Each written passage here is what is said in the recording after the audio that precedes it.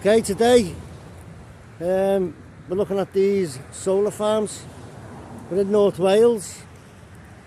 So what are we looking at here, Cass? Okay, so what is happening across the country is there is numerous solar plan developments under the Renewable Energy Planning Database, and in total there's roughly around 26 renewable energy types. So that's ranging from solar farms, wind turbines, along with something called battery energy storage systems. And what we're looking at here is we are looking at what they call a solar farm. Now, we don't know the type of land that this is actually placed on. However, what we do know is some solar farms are ranging from, I don't know, going on people's rooftops to into farming land to arable land, as well as brownfield sites, redundant, so there's a whole variety of different types of land that they are being used on. Okay, Starry, you're in Wigan. Can you tell me what you know about these solar farms? There's two planned for Higher Green, Astley Green, the village just opposite Astley. M29, now they are planned over a landfill that the locals were promised would be purposed for leisure, and they were promised that it would be re-landscaped. Now these solar farms, there's already a company set up in the village to install two solar farms, so we've got one going over a landfill and one going over a quarry. So in our village we've got multiple things going on. We've got two solar farms, we've got 300 houses, we've got a science park, we've got a designated leisure area, and we've got farmland being flooded for carbon capture. So what they're trying to say is that when they're doing developments, they're trying to say that they have to claim a 10% net biodiversity increase. When questioned further, it turns out that net 10% biodiversity increase could be anywhere. It could be local, it could be national, it could even be abroad.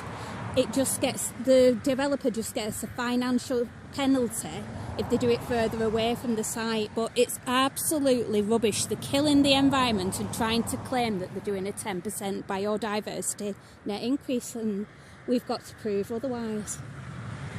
So how's this going to affect our crops in the future? Well, this is the thing, George, you see, because what we need to be doing is looking at ecological assessments. Now, ecological assessments really do ascertain what that's going to look like maybe in 10, 20 years time.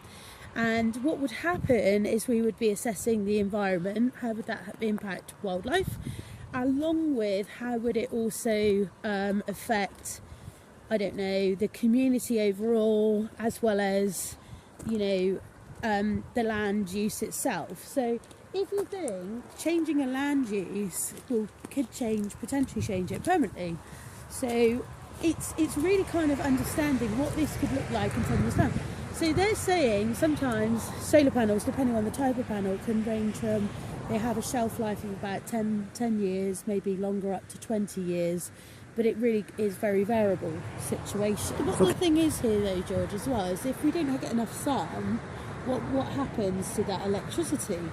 So then if you think about wind turbines, they're utilised to generate other electricity, but then battery energy storage systems, they can hold power for up to about 4 up to 6 hours, right? So a battery storage system, could you elaborate on that?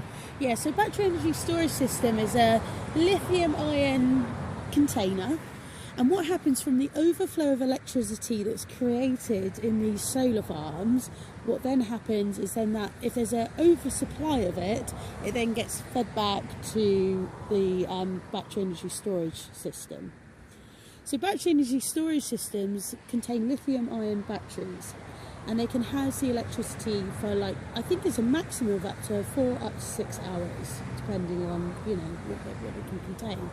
But let's just say if we don't generate enough power or get enough sun from these solar panels, we might be able to generate more from wind turbines, yes.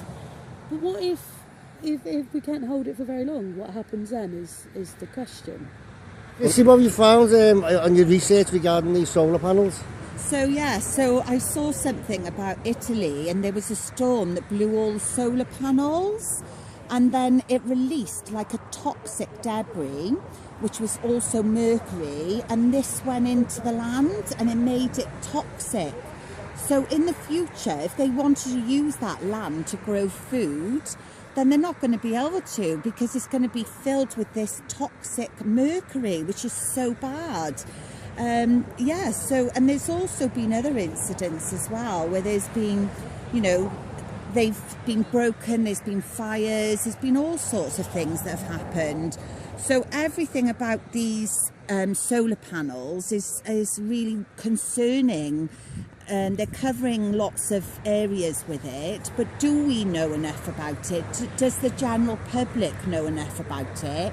And what will happen to this when they don't want it? How will it be recycled? And like we just said with Italy, it proved that there's toxic chemicals within it, which are going to be very difficult to get rid of. It's going to completely destroy our land. There was a major fire in Liverpool with one of these battery storage systems. That's right. So there's something about energy storage systems. They do, I mean, worldwide it said, in some articles it says 85, there's been 85 fires, and it took 59 hours to put out the one explosion in Liverpool back in 2020. But, you know, we're hearing of more. So is it safe to be relying completely on renewable energy is the big question right now, you know.